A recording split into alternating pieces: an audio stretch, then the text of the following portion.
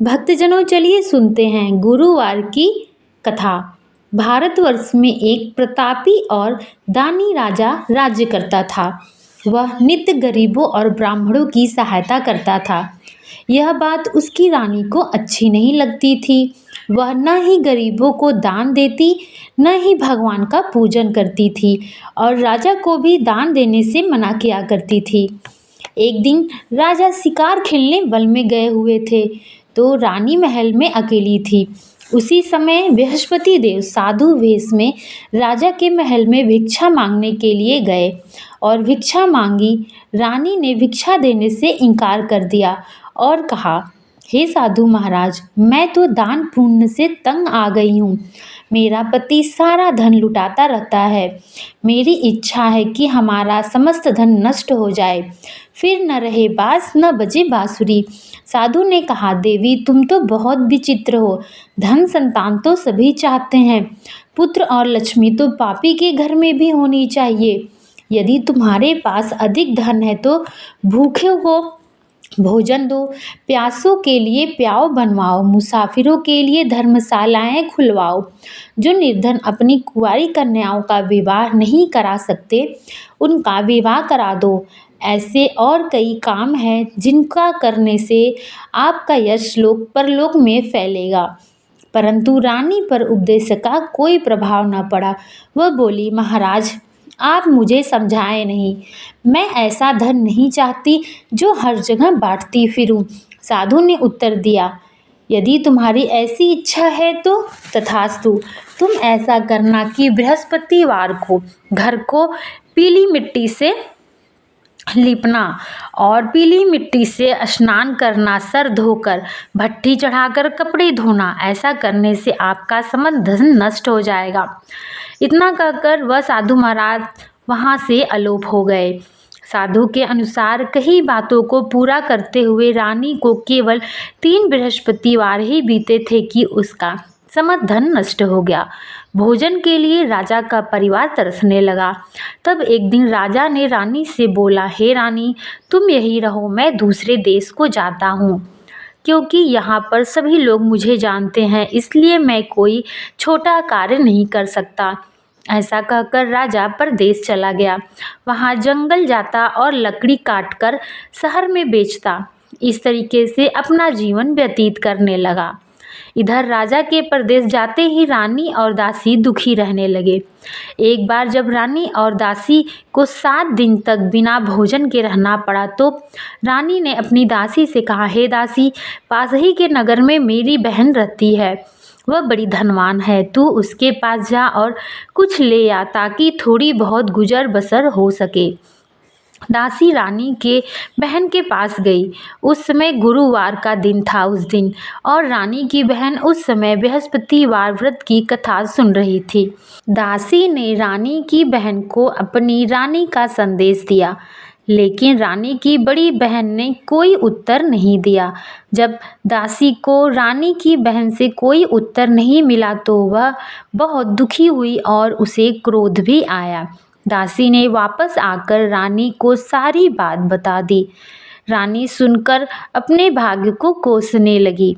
उधर रानी की बहन ने सोचा कि मेरी बहन की दासी आई थी, परंतु मैं उससे नहीं बोली, इससे वह बहुत दुखी हुई होगी। कथा सुनकर और पूजन समाप्त करके वह अपनी बहन के घर आई और कहने लगी, हे बहन, मैं बृहस्पतिवार का व्रत कर रही थी। तुम्हारी दासी मेरे घर पर गई थी, परंतु जब तक कथा होती है तब तक न उठते हैं और न ही बोलते हैं, इसलिए मैं नहीं बोली। कहो दासी क्यों गई थी?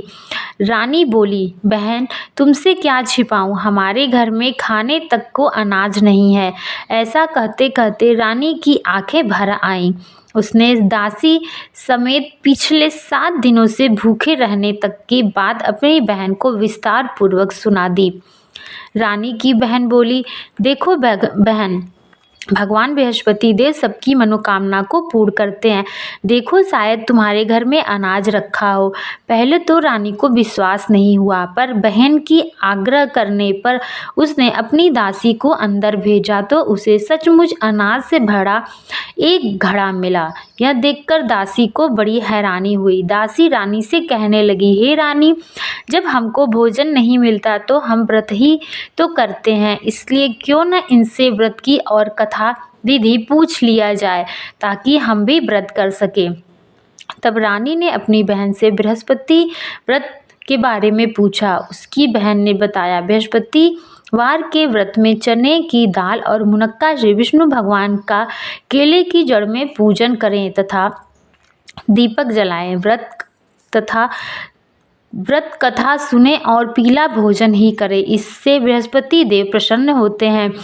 व्रत और पूजन विधि बताकर रानी की बहन अपने घर लौट गई। 7 दिन के बाद जब गुरुवार आया तो रानी और दासी ने व्रत रखा। घुड़सवार में जाकर के चना और गुड़ ले आई। फिर उसने केले की जड़ तथा विष्णु भगवान का पूजन किया। अब पीला भोजन कहाँ से आए, इस बात को लेकर दोनों बहुत दुखी थे। चूँकि उन्होंने व्रत रखा था इसलिए बृहस्पति देव उनसे प्रसन्न थे, इसलिए वे एक साधारण व्यक्ति का रूप धारण कर 2 थाली सुंदर पीला भोजन लेकर के दासी को दे गए। भोजन पाकर दासी बहुत प्रसन्न हुई और फिर रानी के साथ मिलकर भोजन ग्रहण किया। उसके बाद वे सभी गुरुवार को व्रत और पूजन करने लगे। बृहस्पति भगवान की कृपा से उनके पास फिर से धन संपत्ति आ गई, परंतु रानी फिर से पहले की तरह आलस करने लगी। तब दासी बोली, देखो रानी, तुम पहले भी इसी प्रकार आलस्य करती थी। तुम्हें धन रखने में कष्ट होता था, इस कारण सभी धन नष्ट हो गए, और अब जब भगवान बृहस्पति देव की कृपा से धन मिला है तो तुम्हें फिर से आलस्य हो रहा है। रानी को समझाते हुए दासी कहती है कि बड़ी मुसीबतों के बाद हमें यह धन पाया है हमने, इसलिए हमें दान पुण्य करना चाहिए, भूखे मनुष्य को भोजन करवाना चाहिए और धन को शुभ कार्यों में खर्च करना चाहिए, जिससे तुम्हारे कुल का यश बढ़ेगा, स्वर्ग की प्राप्ति होगी और पितृ प्रसन्न होंगे। दासी की बात मानकर रानी अपना धन शुभ कार्यों में खर्च करने लगी, जिससे पूरे नगर में उसका यश फैल गया। उधर राजा एक दिन जंगल में दुखी होकर एक पेड़ के नीचे आसन जमाकर बैठ गया। वह अपनी दशा को याद करके व्याकुल होने लगा। बृहस्पतिवार का दिन था। एकाएक उसने देखा कि निर्जल वन में एक साधु प्रकट हुए। वह साधु के वेश में स्वयं बृहस्पति देवता थे।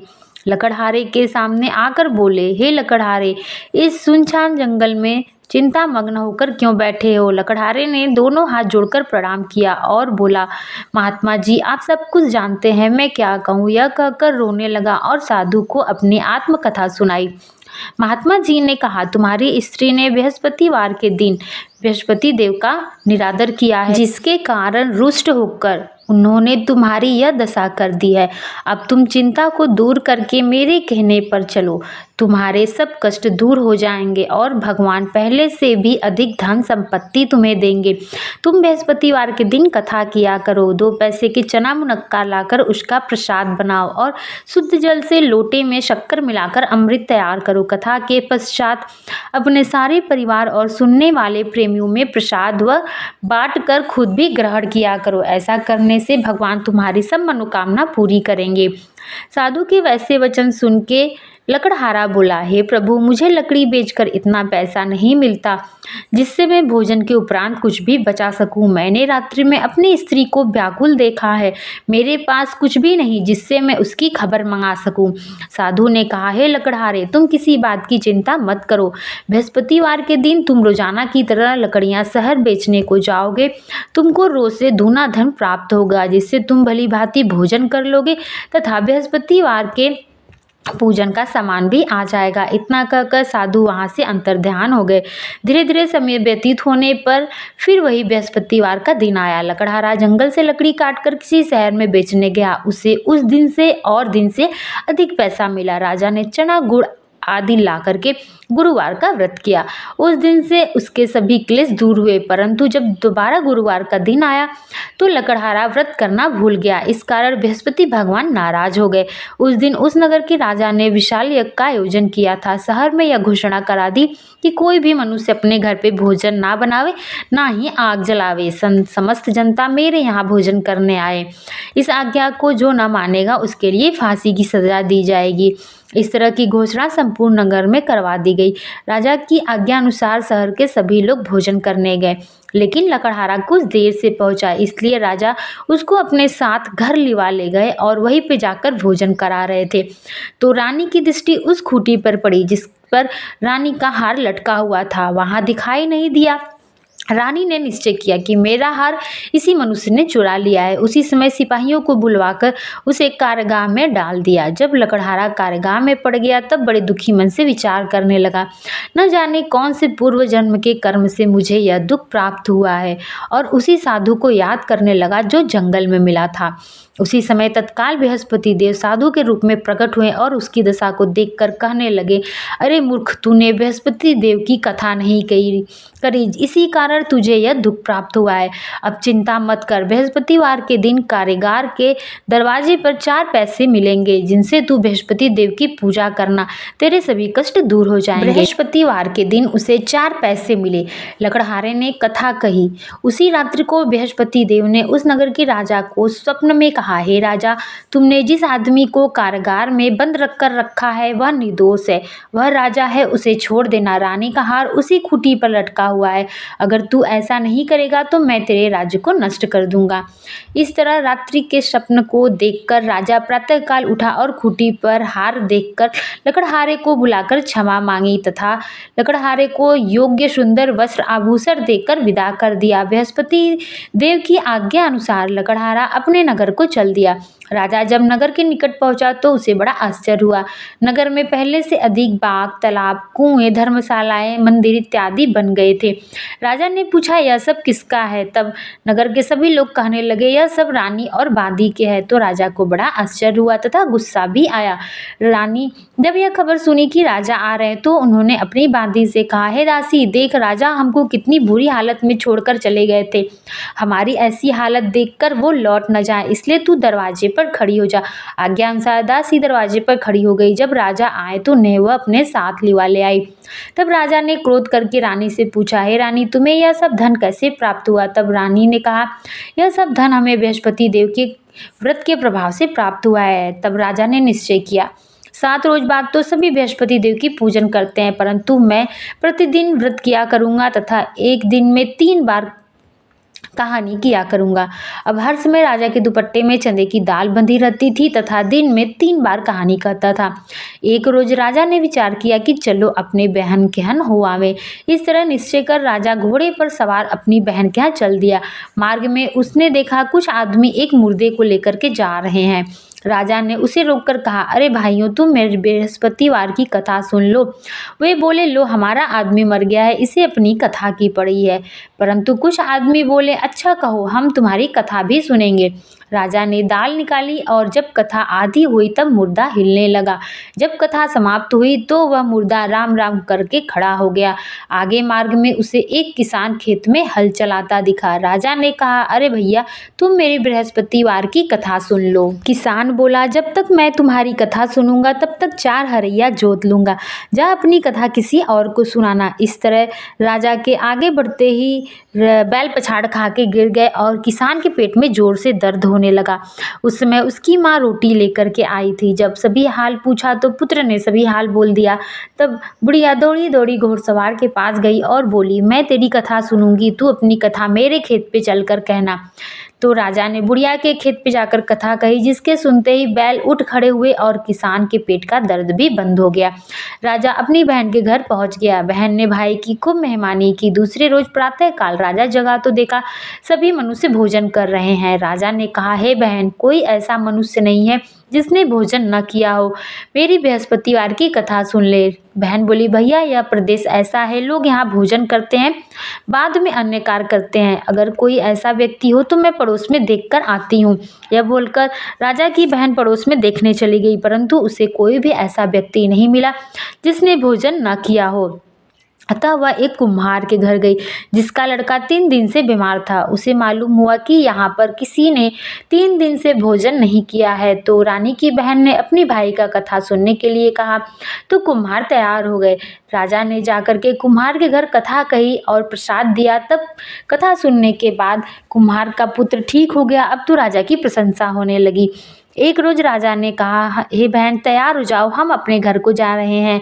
राजा की बहन ने अपनी सास से पूछा। सास बोली, चली जा, लेकिन बच्चों को मत लेके जाना, क्योंकि तेरे भाई को कोई औलाद नहीं है। यह सुनकर राजा को बड़ा दुख हुआ और अपने नगर को लौट आया। राजा ने अपनी रानी से कहा, हम निर्वंशी राजा हैं, हमारा मुंह देखने का धर्म नहीं है और भोजन इत्यादि कुछ भी नहीं किया।